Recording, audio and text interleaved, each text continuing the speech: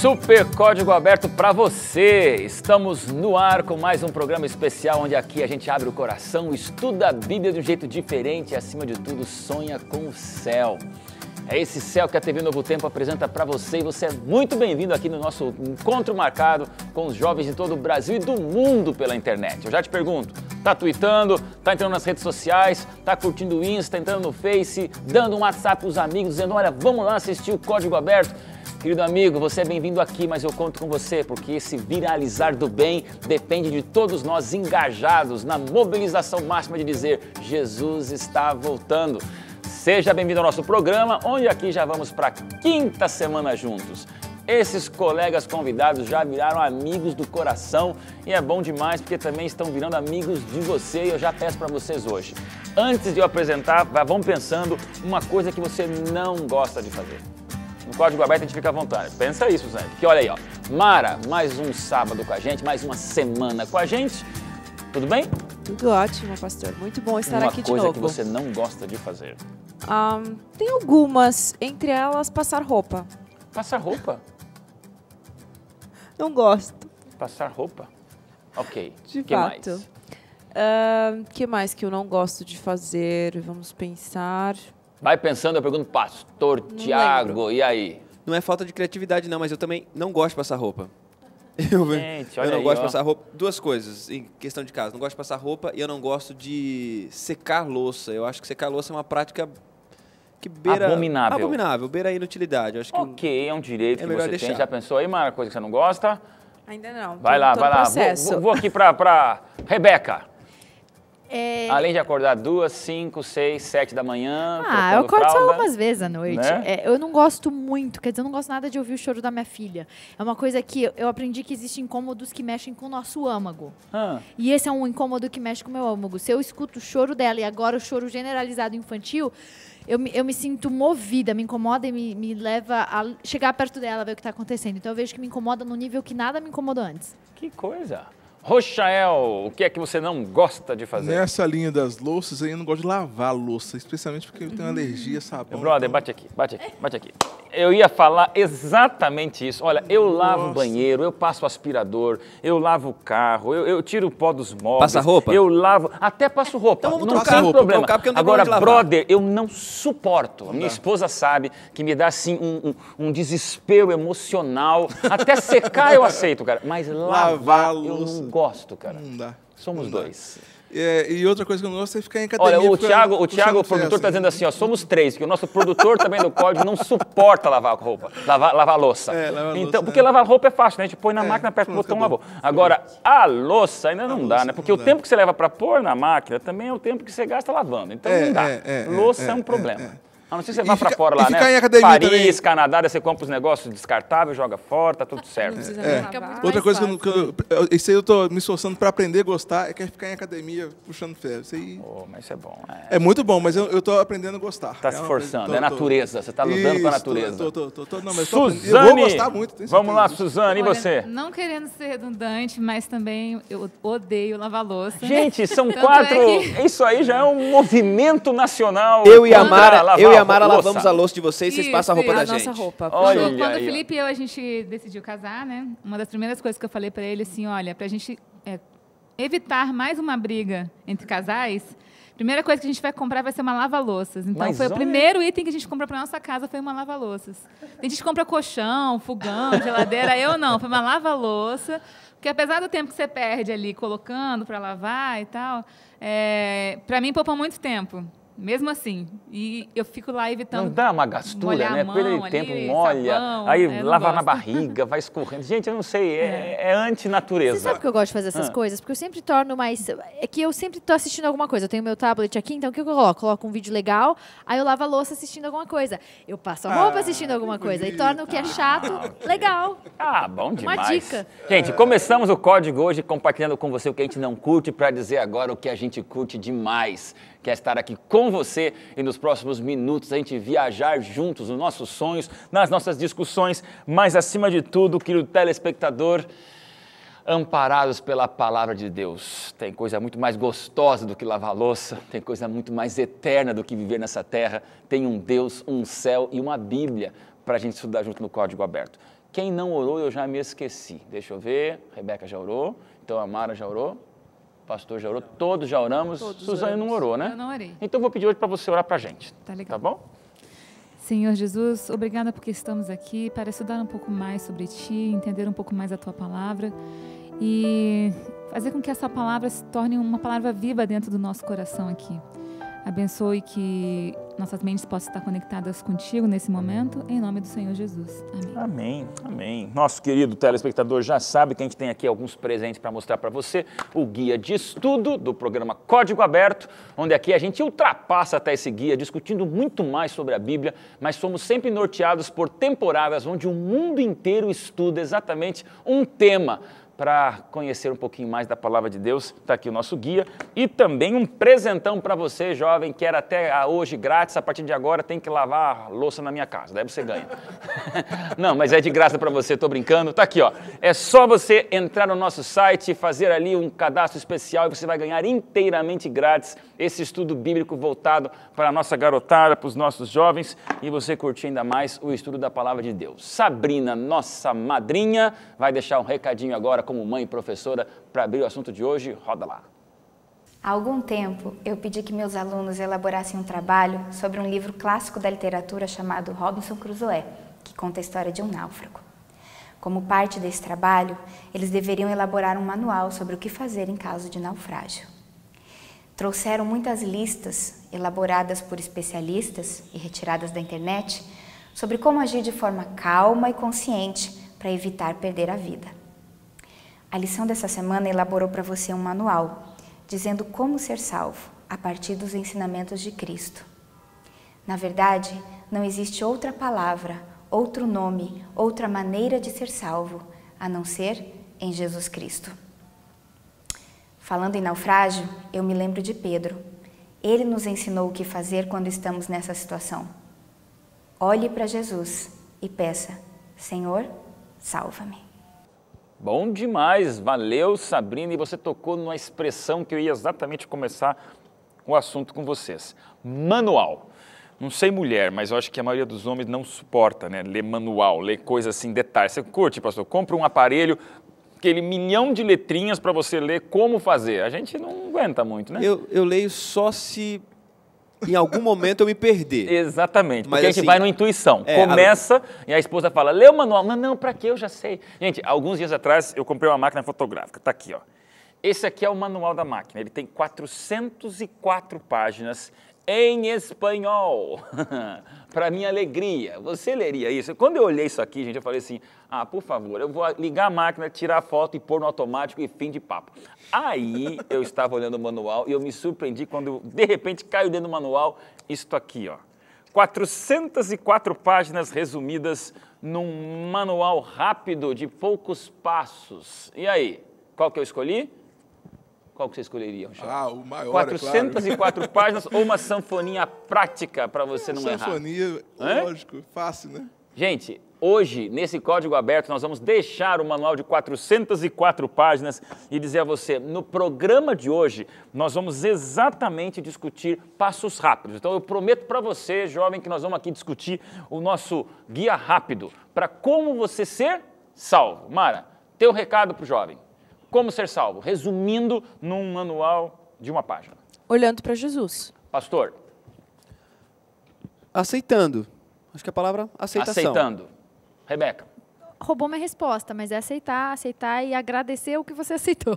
Vamos lá, Rafael.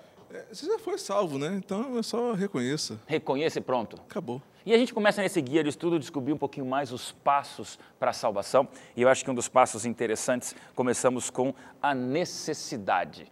Por que que a gente tem que reconhecer a necessidade como um passo para a salvação? Pastor, eu falei agora há pouco que não estava gostando de malhar, e aí eu reconheço a necessidade. Tem um amigo meu que ele tem um perfil no Instagram que chama Boa Forma Adventista. E ele dá dicas rápidas. Eu sigo esse Instagram também. Um abraço para ele, inclusive. E ele dá dicas rápidas de como fazer isso, né? Faça isso todo dia, ele lança desafio, é muito legal.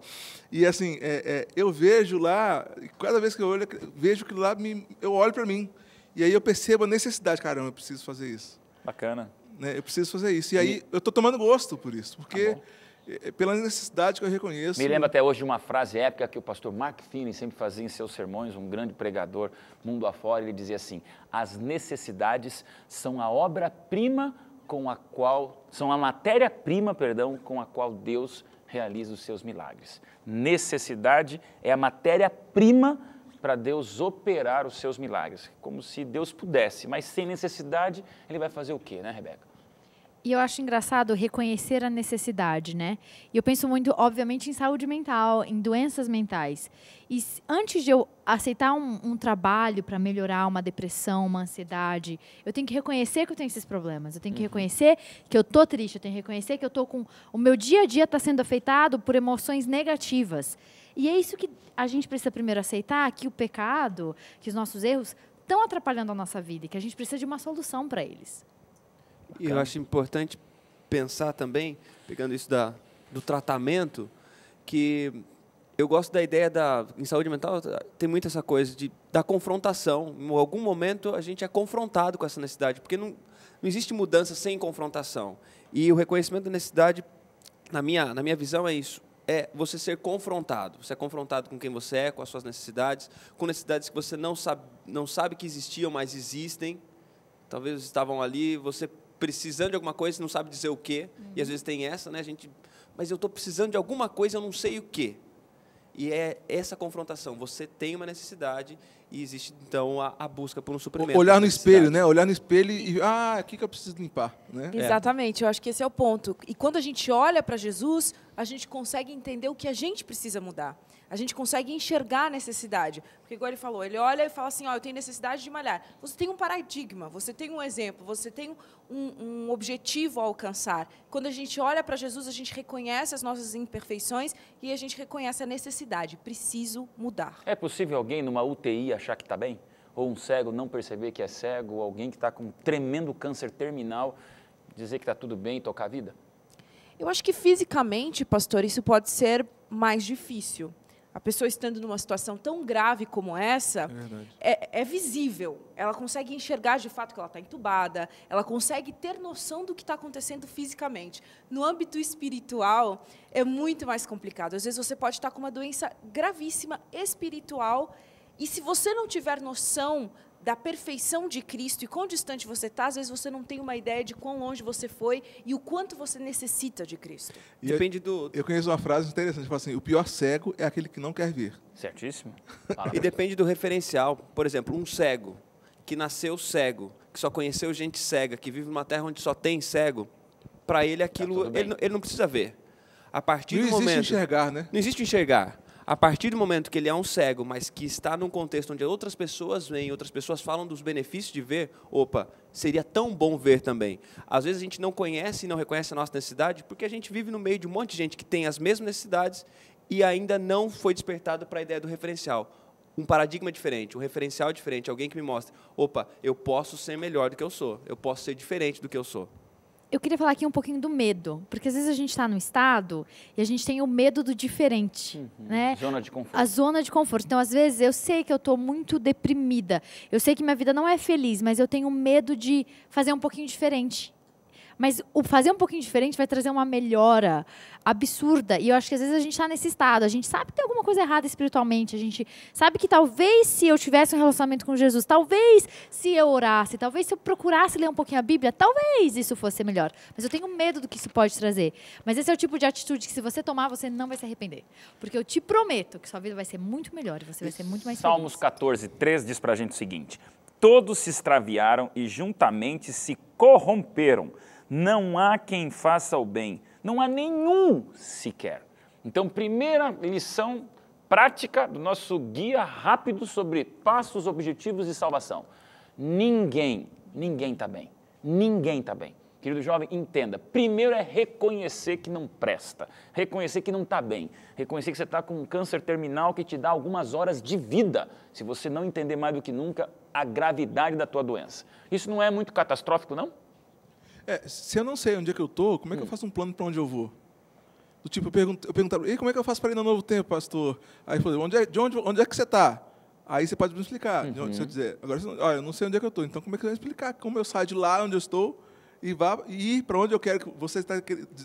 onde eu quero ir. Né? Então, se eu não reconheço que está sujo, eu não vou limpar.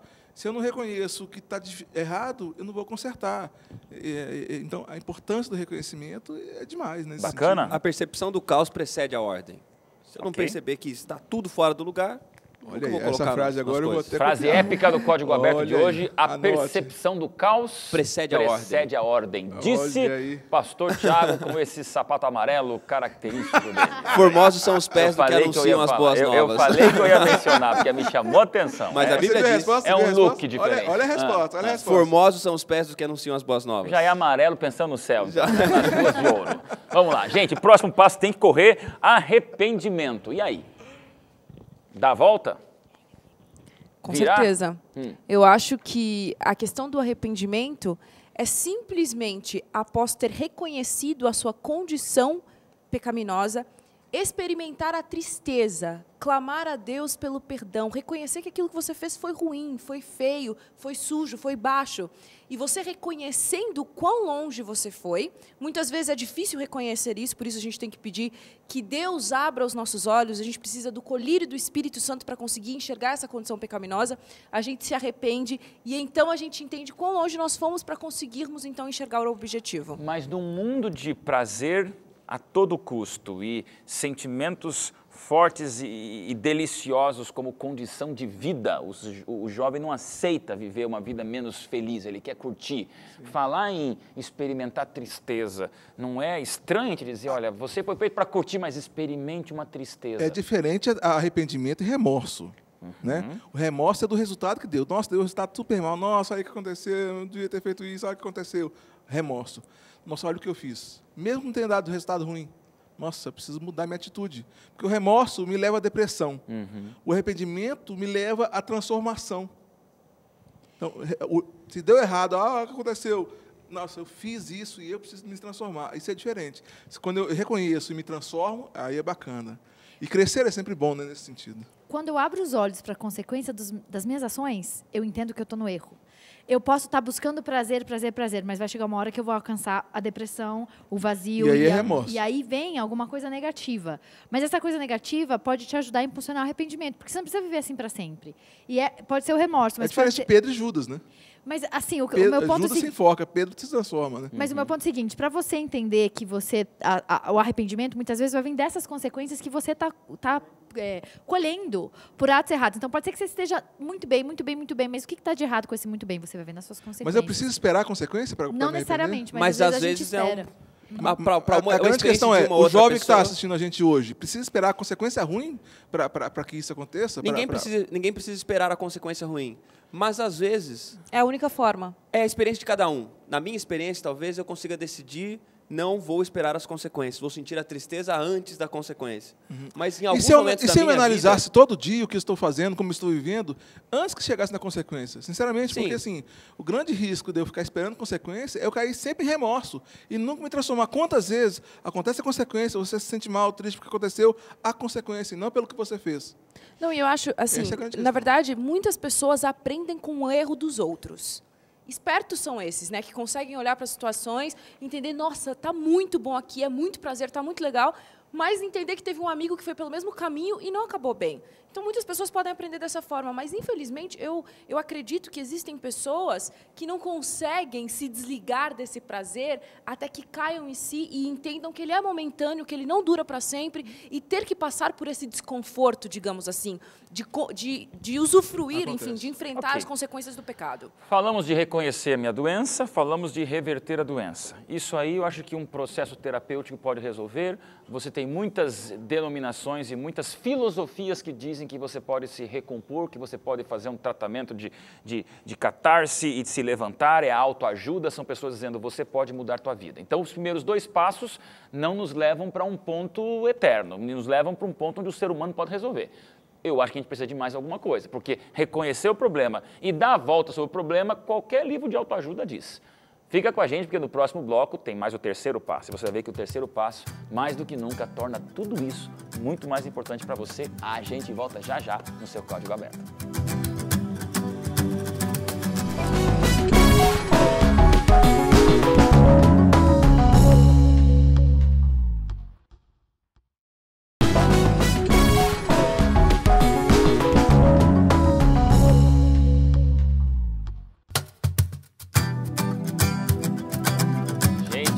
pegou fogo, vocês não têm noção do nosso intervalo. Eu estou aqui com o manual de 400 páginas, vamos tentar manter o nosso de apenas 4, 5 passos para ser bem objetivo. Falamos aqui no primeiro bloco sobre percepção da doença, do erro, nossa situação, ninguém presta. Segundo, arrependimento, reversão, mudar, dar uma volta. Mas a gente comentava um pouquinho, né, que existem terapias, Rebeca, existem sistemas, existem o Alcoólatras Anônimos, existem filosofias que tentam fazer, usam esses 2 primeiros passos. Reconheça o problema e dê a volta sobre o problema. Isso é autoajuda prega. E aí, isso é salvação? Não. E é interessante a gente ver que a salvação é um pouquinho diferente, porque ela é no âmbito espiritual. Então, eu posso até me curar. Vamos pensar no âmbito emocional, que é mais a minha especialização. Eu posso até me curar de uma depressão com tratamento, com terapia, tomar alguns medicamentos, se for de nível orgânico. Mas isso não quer dizer que eu não tenha chance de ter outros problemas emocionais no futuro. Quando a gente diz respeito à salvação no âmbito espiritual, Jesus veio, Jesus morreu, ele ofereceu a salvação, isso é a solução para a nossa vida. E dá a possibilidade de a gente estar com ele no céu. Lá a gente não vai ter problemas emocionais, não vai ter problemas físicos, mas a única solução eterna para qualquer problema é a salvação, é você aceitar essa salvação e você poder viver eternamente feliz ao lado de Jesus. Então, ir num consultório pode até ajudar uma certa parte da vida. Pode. Mas dizer que isso vai trazer a salvação eterna, a felicidade, jamais. Vai fazer sua vida aqui na Terra um pouquinho mais feliz. Mas a vida aqui na Terra, a felicidade aqui é um pouquinho muito limitada comparado com a felicidade. Eu tenho uma metáfora, Vamos lá. Imagina que aconteceu um naufrágio e a pessoa se afogou lá no mar. O barco pode tirar da água e trazer para o barco, tirar do meio da água, está afogando lá e colocou aqui. Mas ela só vai se sentir segura mesmo quando chegar em terra firme. E então, tem gente querendo ficar dentro do barco, morando lá. Achando que agora, nossa, beleza, que barco maravilhoso, agora eu cheguei, estou salvo, que maravilha. Não, a salvação é quando chegar na terra firme. Então, as terapias, o processo de coach, a psicologia, todos tiram do mar. Então, mas terra firme é vamos para o terceiro passo. Primeiro, reconhecer. Segundo, arrepender. Pastor, terceiro. Crer. Crer em quem? Cristo. E ou o quê? Crer que existe uma solução. Porque uma das partes do reconhecer a necessidade, não é só reconhecer a necessidade, é reconhecer também a minha impotência diante do suprimento dessa necessidade. Aí vem o arrependimento e vem um elemento básico. Mas beleza, então eu posso pegar um pedaço dessa madeira, cortar, colocar num colar e dizer, eu creio no poder metafísico dessa madeira, ela está me ajudando como um amuleto. E aí? Nossa. Não, isso é esse crer. Isso é muito interessante, porque muitas pessoas acreditam que eu preciso crer em alguma coisa, em qualquer coisa. Sim, um cristal maravilhoso positivo, de poder. Vamos crer em alguma coisa, isso vai me dar forças. Não, crer em Jesus Cristo. E eu queria agora ouvir, pastor, é a solução. Defina para a gente esse terceiro e mais importante passo. Crer em Jesus. Por que isso para o nosso telespectador é tão importante? Porque ele pode ter uma foto, pode ter um amuleto, uma ferradura, pode ter um objeto supersticioso e acreditar nisso. E isso é a minha alegria de vida. Mas isso não salva e não traz a felicidade eterna.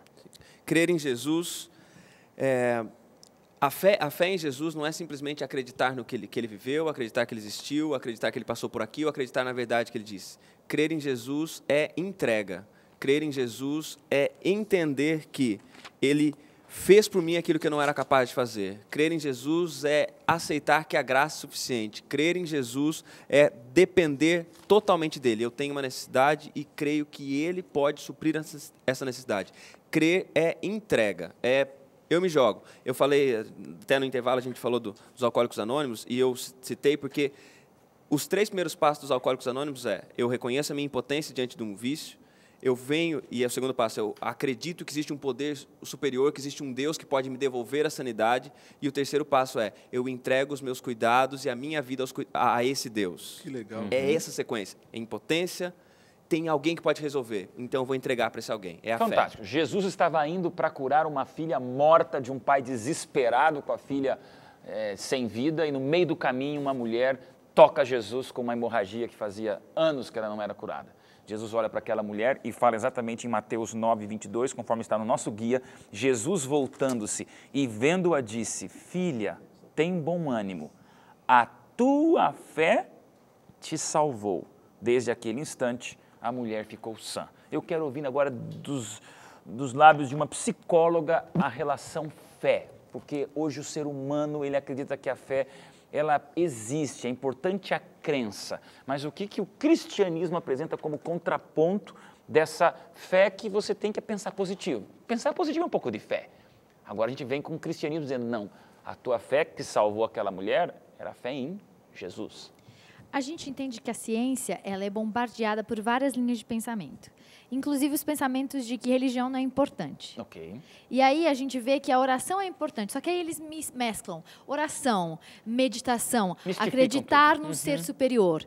E nós, no âmbito de cristianismo, a gente traz esse algo a mais. Esse Jesus é uma pessoa, ela veio, ela viveu entre nós, ela deu o exemplo para a gente de vida, ela trabalhou por nós, ela morreu por nós, essa pessoa de Jesus. Esse é o diferencial. A gente tem alguém vivo, real, que está trabalhando pela nossa salvação. E aí eu posso querer a salvação aqui da terra. E eu falo de novo, tudo bem, eu posso até querer viver bem aqui. Mas se eu decidir viver bem com Jesus, eu vou ter uma vida sem problema emocional. Eu vou ter uma vida sem problemas físicos. Eu vou ter uma vida perfeita ao lado de Jesus pro resto da minha vida. E isso que a salvação me fornece, a eternidade. Não tem nada melhor do que Nós isso. discutimos aqui o Jesus pessoa, o Deus pessoa, o Espírito Santo pessoa. Seres que a gente pode se relacionar como pessoas. Eternidades, divindades, é a onipotência, a onisciência, a onipresença na Trindade, mas são pessoas que a gente pode se relacionar. Então é essa fé relacional em pessoa que a gente teria que abordar para os nossos jovens? Assim, eu achei interessante uma coisa. Na fala de Cristo, ele não fala assim, eu te salvei. Ele fala, Deus não fala nem Deus te salvou. Interessante a fé isso. Dela. A fé dela. Por mais que Deus tenha dado um milagre para ela, Deus já estava disponível. A interpretação que eu faço é, já estava disponível esse milagre para você, a transformação da sua vida já estava disponível. Mas quando você creu fortemente, você teve fé em mim, e creu que já estava disponível, e pegou, é como se ele vestisse uma luva da fé, colocasse o óculos da fé, e visse a fé, e pegasse aquilo que ela precisava, e aí a fé dela salvou. Então, a salvação já está disponível, está tudo disponível para mim. E quando eu colocar meu óculos da fé, a luva da fé, e pegar isso, ela e é receber, ela é concreta. Gostou. Aí a minha fé me salva. Uhum. Não que Deus não fez por ela, nem que Cristo não tenha feito. Mas quando eu me visto de fé, aí eu pego aquilo que eu precisava, eu tomo posse da salvação. E isso me salva. E aí? Gostei. Interessante porque nessa história especificamente, certamente haviam outras pessoas doentes ali que também Sem precisavam dúvida. de cura. E simplesmente uma mulher que conseguiu encostar no manto Nas de Jesus, vestes. nas vestes, na bordinha, assim, foi curada. E- Realmente o diferencial foi a fé dela. Tanta gente experimenta Jesus e Jesus sente diferença no toque dela, porque ele diz, eu senti que de mim saiu o poder. E é interessante que Deus não é interessantíssimo. mesquinho, nem ficou selecionando quem eu vou curar, quem eu vou curar. Não, é quem Não. vier. Quem vier. Quem vier, exatamente. A Quem história vier bíblica- com fé. Quem A história crer- bíblica quem tem uma- crer em mim, né? tem uma Quem coisa crer em mim importante. será salvo. A história bíblica tem uma coisa importante dessa mulher, que fala que ela há 12 anos procurava, ou seja, há 12 anos ela exercia a fé de diferentes maneiras, procurando médicos, procurando outros métodos de cura, ou seja, ela tinha a fé. A fé não é algo que surgiu para ela naquele momento. O fato é que naquele momento ela depositou a fé no lugar certo. Ela até o momento ela procurou um médico crendo que ia resolver o problema, procurou outros métodos de cura achando que iam resolver o problema, e aí ela colocou aquela fé que ela havia desenvolvido, ela depositou no lugar certo. Você está dizendo, então, se o jovem que está assistindo a gente hoje, agora, depositar a mesma fé que ele deposita nos estudos, de repente num curso, num guru ou num amuleto em Cristo, essa mesma fé aí que ele deposita em outras coisas, só que depositado no lugar certo. no lugar certo. Interessante isso aí. Claro, tem que cuidar, porque realmente os jovens creem em amuletos, creem no diploma, creem no guru, mas nada disso é o poder de Cristo. que sai de Cristo. Querido jovem, a gente quer diferenciar isso. Então Nós quer dizer não que a gente sempre viemos tem fé, aqui né? para achismo. Em alguma coisa, Nós né? viemos aqui para nos posicionar. Você pode ter muitas crenças, e não está errado você crer, eu creio, mas a fé que traz poder é a fé em Jesus. Primeiro passo, reconhecer.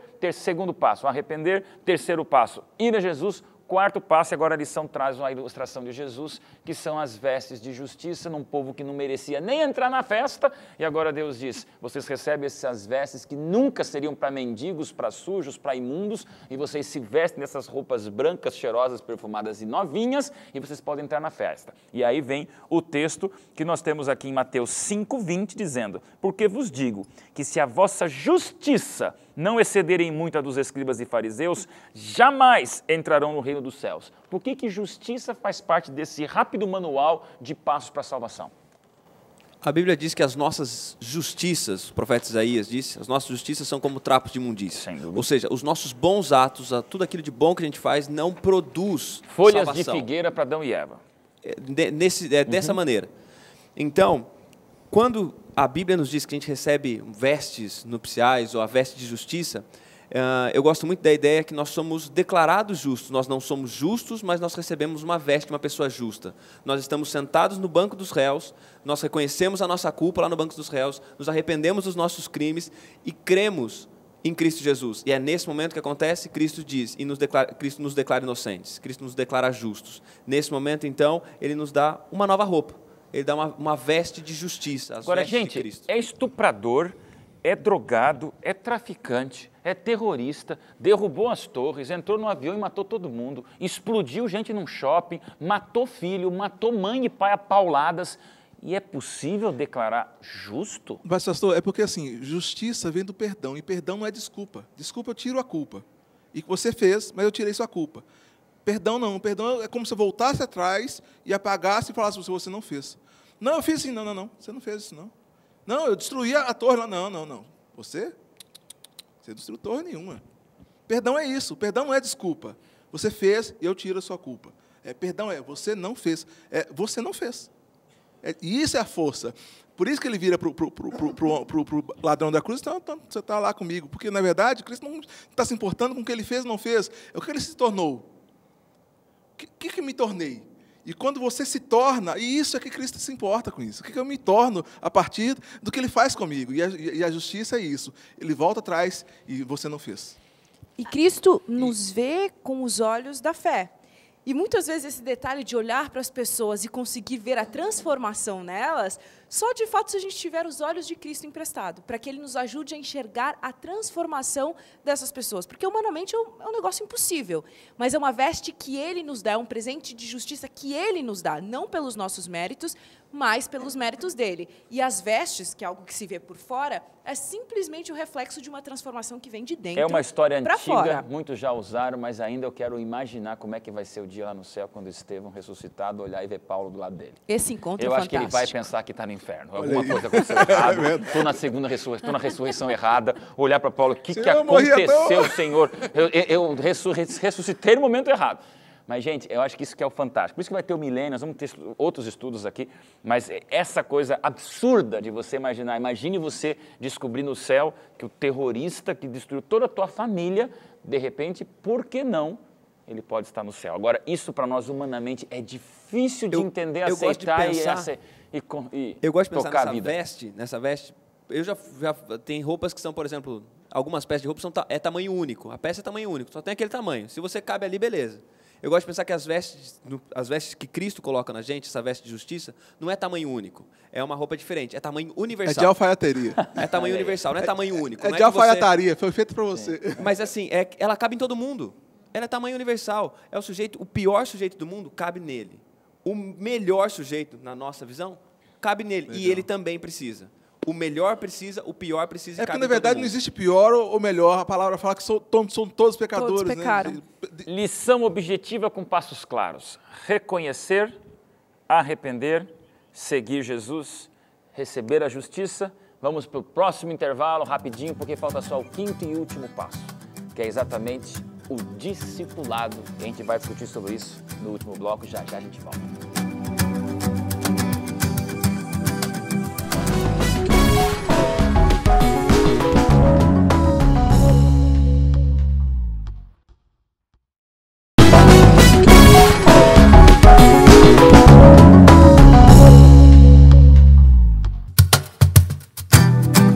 Para quem curte resumos objetivos de coisas muito complexas, a lição desta semana está trazendo 5 passos para você entender mais do que nunca a salvação. Reconhecer, arrepender, ir a Jesus, receber a justiça e agora a última palavra antes da música da Suzane que fale, discipulado. Por que o discipulado entra no processo da salvação, pastor? Porque, como a gente falou na lição anterior, é a consequência. Eu conheço a Cristo, eu creio em Cristo, eu reconheço a minha necessidade, e aí eu preciso pensar, tem outros precisando também, e eu vou conduzir você a reconhecer a sua necessidade. O discipulado é seguir a Cristo nesse sentido de ser um multiplicador. O que Cristo fez na minha vida, eu preciso levar para que Ele faça na sua também. Há uma questão também assim, se fez tão bem para mim, eu cheguei a Cristo, eu reconheci, nossa, eu estava mal, busquei a Cristo, Cristo me transformou, eu não vou querer parar de seguir a Cristo. Cara, se ele fez esse bem para mim, eu vou continuar seguindo. E aí acontece o processo de discipulado.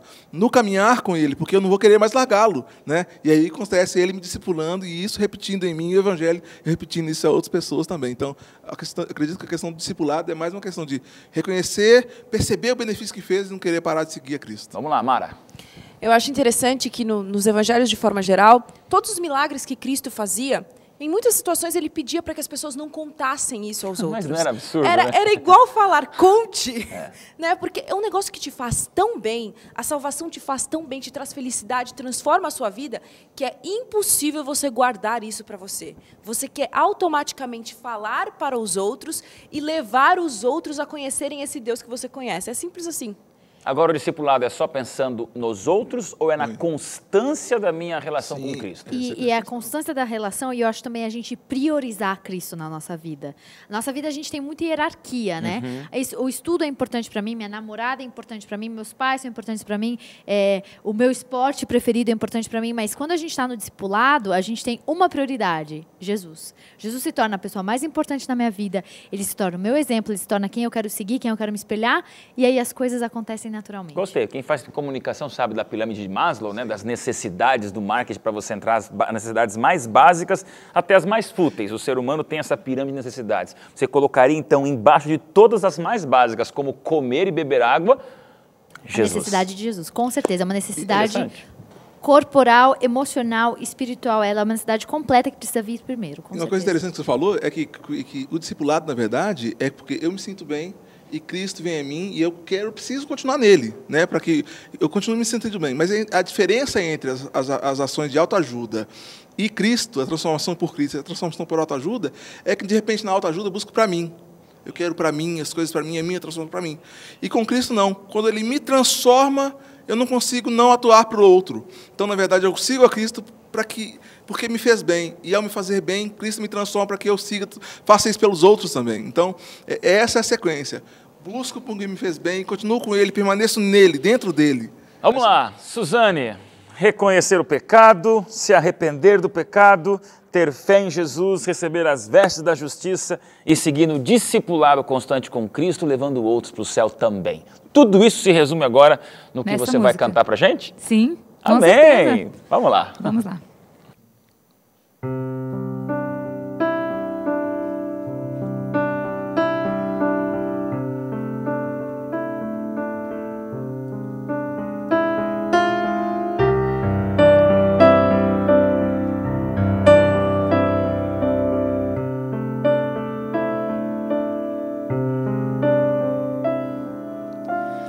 Senhor, aqui estou, despido de mim mesmo,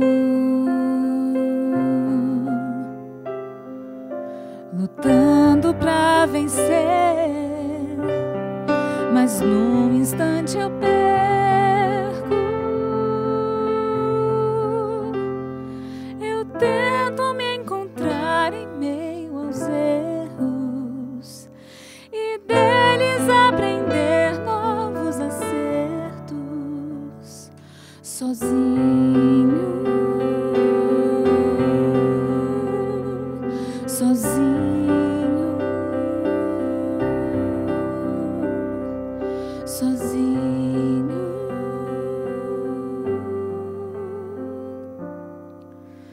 Senhor, aqui estou, conscientemente, e em meio à razão te busco em minha mente. Sinto que às vezes falas ao meu coração, e entre tantos sentimentos busco direção. Me ajuda, me ajuda, Pai, me ajuda.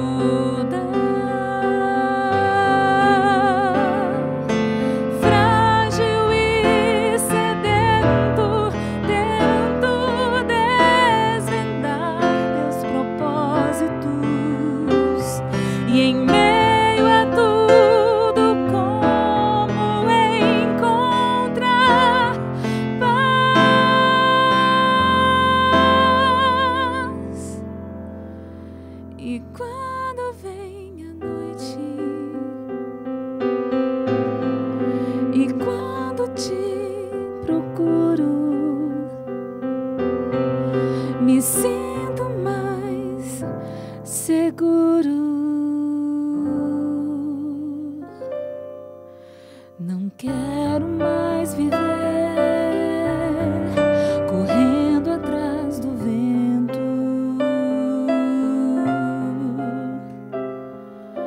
Eu quero decidir ser melhor por dentro. Me ajuda a lembrar que hoje eu sou teu, que por toda a eternidade tu és meu. Eu sou teu, tu és meu. Eu sou teu e tu és meu.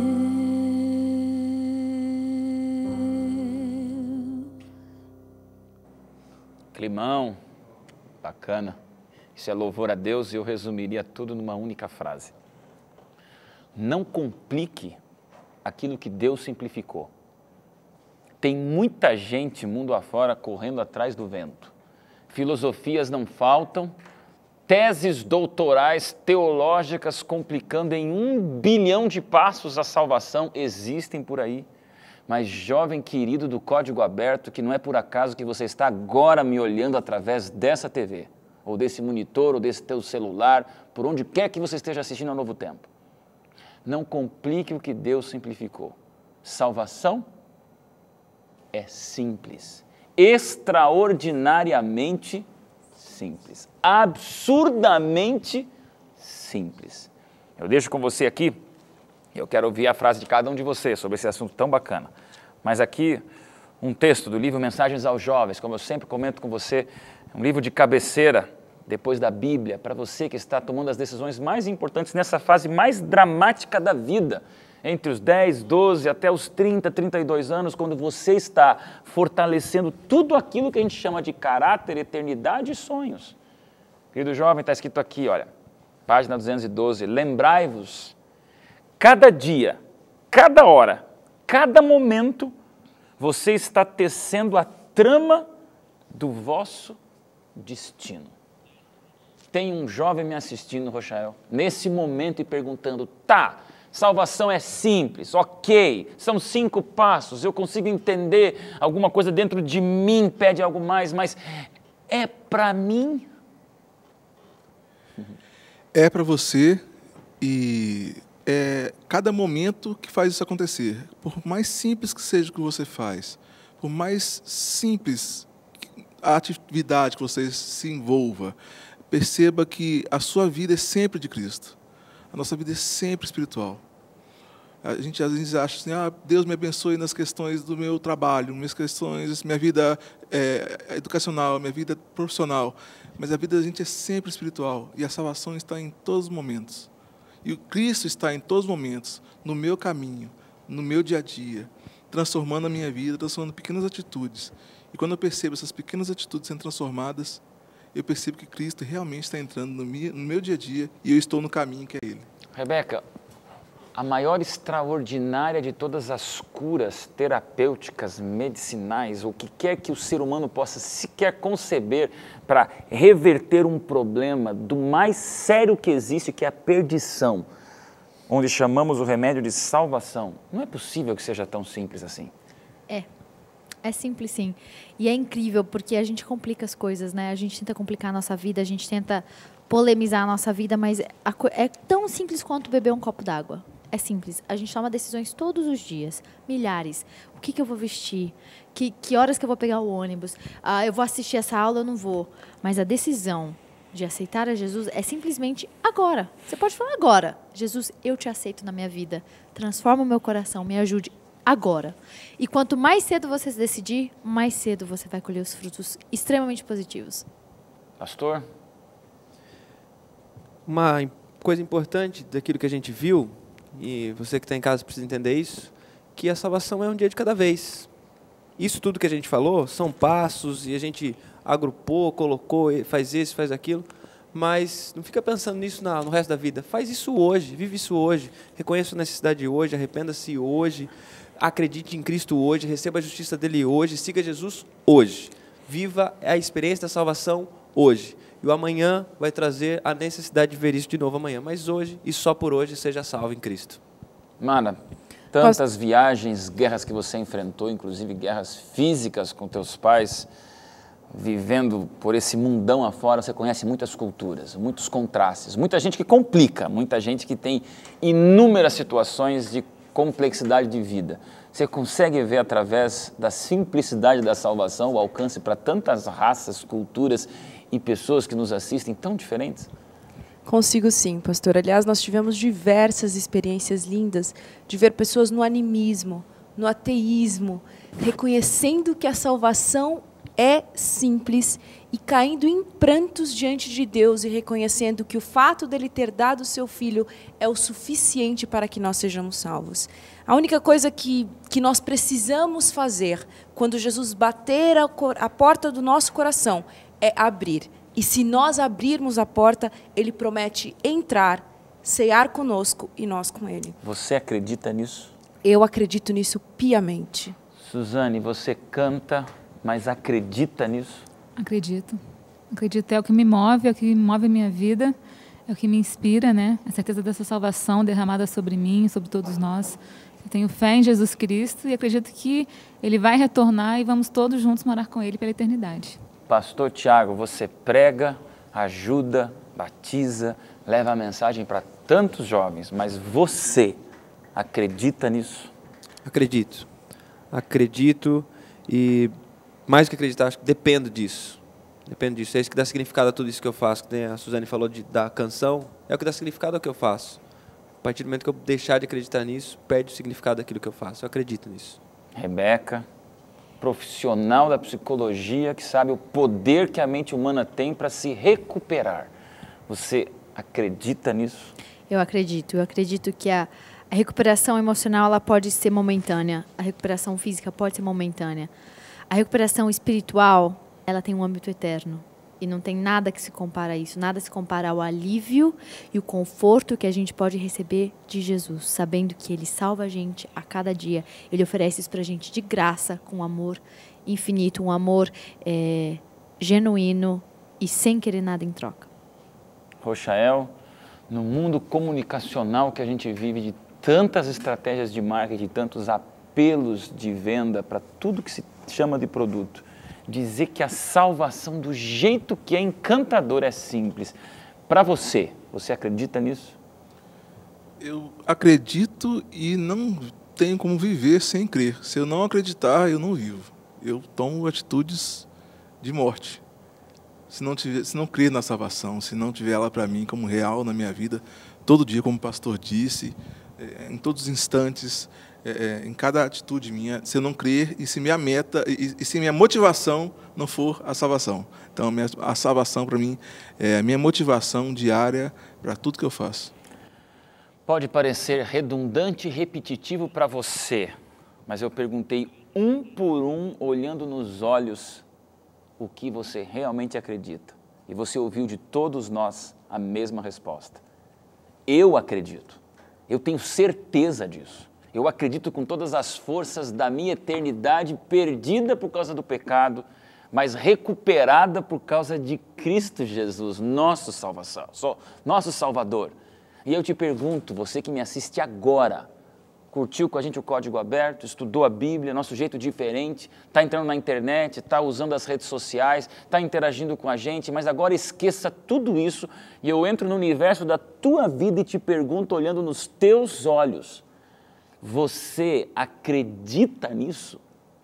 Você realmente acredita nisso? Amado jovem, tudo que a gente faz aqui no Código Aberto nada mais é do que tentar levar você para o céu.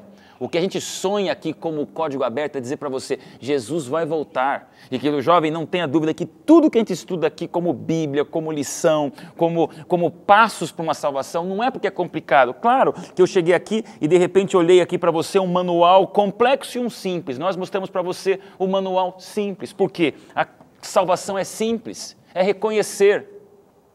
É você ir atrás, se arrepender. É você acreditar, receber a justiça e partir para o discipulado. É só isso, jovem. E se resume tudo isso no seguinte termo: você foi salvo por Cristo Jesus. Essa é a lição que me fascina. E, queridos companheiros, já estamos indo para metade do nosso programa Código Aberto dessa temporada. Vocês são bênçãos de Deus aqui comigo. Está sendo ótimo demais compartilhar minha vida com vocês, mas compartilhar a nossa vida com você, querido telespectador. Nós não estamos brincando de urgência, de falar, de representar. Nós estamos desabafando a nossa alma para você entender. Sem a salvação em Cristo Jesus, você não é nada. Sem a salvação em Cristo Jesus, você não tem nada. Sem a salvação em Cristo Jesus, você passa, você morre, você desaparece na solidão daquilo que nós chamamos pecado. Mas graças a Cristo, nesses passos simples e objetivos de salvação em Jesus, você pode ser tudo, você pode ser mais e você pode ser para sempre. Isso é tudo que a gente precisa escutar num programa como esse. Você pode ir para qualquer canal de televisão do mundo que você não vai encontrar alguém como aqui na Novo Tempo. A gente olha para você e diz, você foi feito para sempre. Que isso mude tuas decisões, que isso mude suas ações, que isso mude a tua maneira de ver a semana, que mude a tua maneira de falar com teus amigos, que mude a tua maneira de estudar, de se relacionar, de sonhar com casamento, de falar com os pais, de falar com teus filhos, enfim, com seus amigos. Que isso mude a tua vida, meu querido telespectador, para que você seja um jovem revolucionário.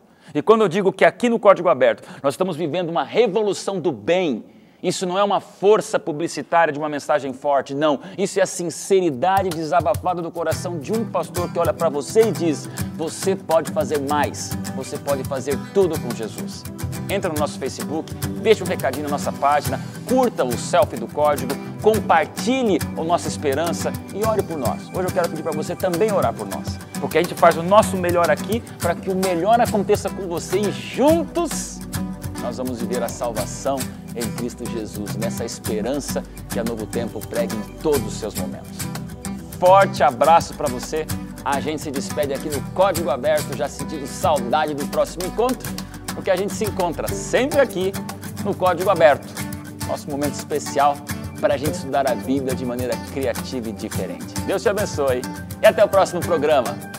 Código Aberto. Tchau, tchau.